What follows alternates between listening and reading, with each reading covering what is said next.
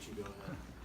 Well, guys, congratulations. I know it was a close game at halftime, certainly, but you're down. But in the second half, obviously, it's a different story. So what was the big difference? Was it just knocking more shots down?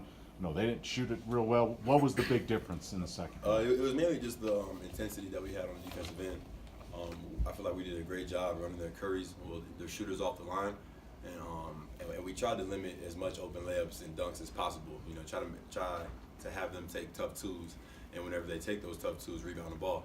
And I feel like Maldo did a great job battling down there with Thompson, you know, in foul trouble, and I feel like we just did a good job rebounding as well.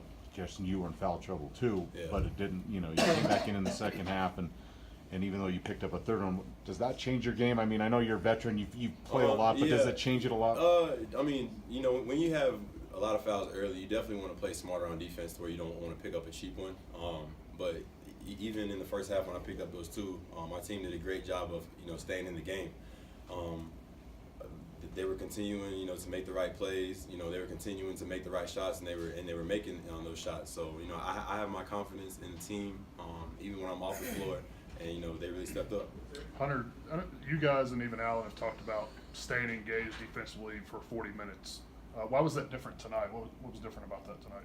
I mean, we just got the job done. With Hunter being in foul trouble, we were trying to gain rebound, and that was one of the biggest things. We were making them take tough twos, and that's what we wanted. But if they get an offensive board, they get it right back up. That's not helping us. So, like, just coming out of halftime, coming into this game, it was preaching on the defensive end. We got to box out, and we got to make sure some of their big guys, because they got 2-3 big guys in rotation at all time, that they don't get offensive boards, and when we make them take tough twos, we capitalize. So. Was that an emphasis, particularly this week, just knowing how physical that team was coming in? Yes, for sure. Jake, can you talk about the ball movement tonight? Ball kind of seemed to find you at big times for some big threes. Yeah, we moved the ball well tonight. I just tried to stay in my spot, and they found me when I was open, and I just let it fly.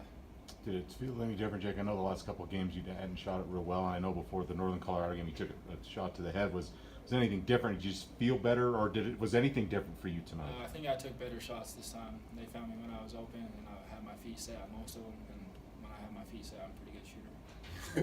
What made you guys so effective just executing your offense in the half court, particularly against that defense and the pressure? We were just continuing to stay patient, and we weren't settling for, you know, bad shots, you know, early in the clock. You know, like whenever we would do the pick and rolls, you know, and I draw that double team, I usually have to throw back, you know, to Country or the strong side help. I throw it to Maldonado or I throw it to Jake, and just continue to get the ball moving and trust that eventually we're going to find the right shot.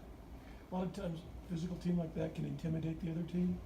How did you guys prepare to not let them intimidate? I mean, we don't worry about that. You know, we have confidence that we can beat anybody every time we step on the floor. We never have fear going into an opponent, ever. Obviously, this can be kind of a rallying win, but how do you, I guess, rally around this to use it as momentum moving forward here now? We just harp on the things we did good. We did a really good job defending, running them off the three-point line, making them take tough twos and rebound the ball. So us knowing what we did good on, and us knowing, you know, the mistakes that we made, because we definitely made a lot of mistakes in the game, and trying to cut those down, I feel like that would be good for the future for sure. You guys had lost 4 or 5 coming into this game. You lose Austin to the knee injury. I mean, how big was this just from a confidence standpoint for you guys?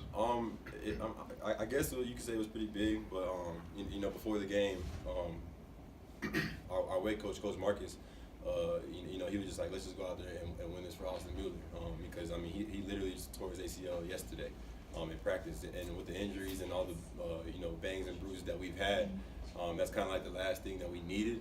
But you can see the fight and the will in this team, you know, step up and, you know, get this win for him, you know, in this team. Big as it too, guys. I mean, it's almost kind of like in a way a bye. Your next game is Tuesday.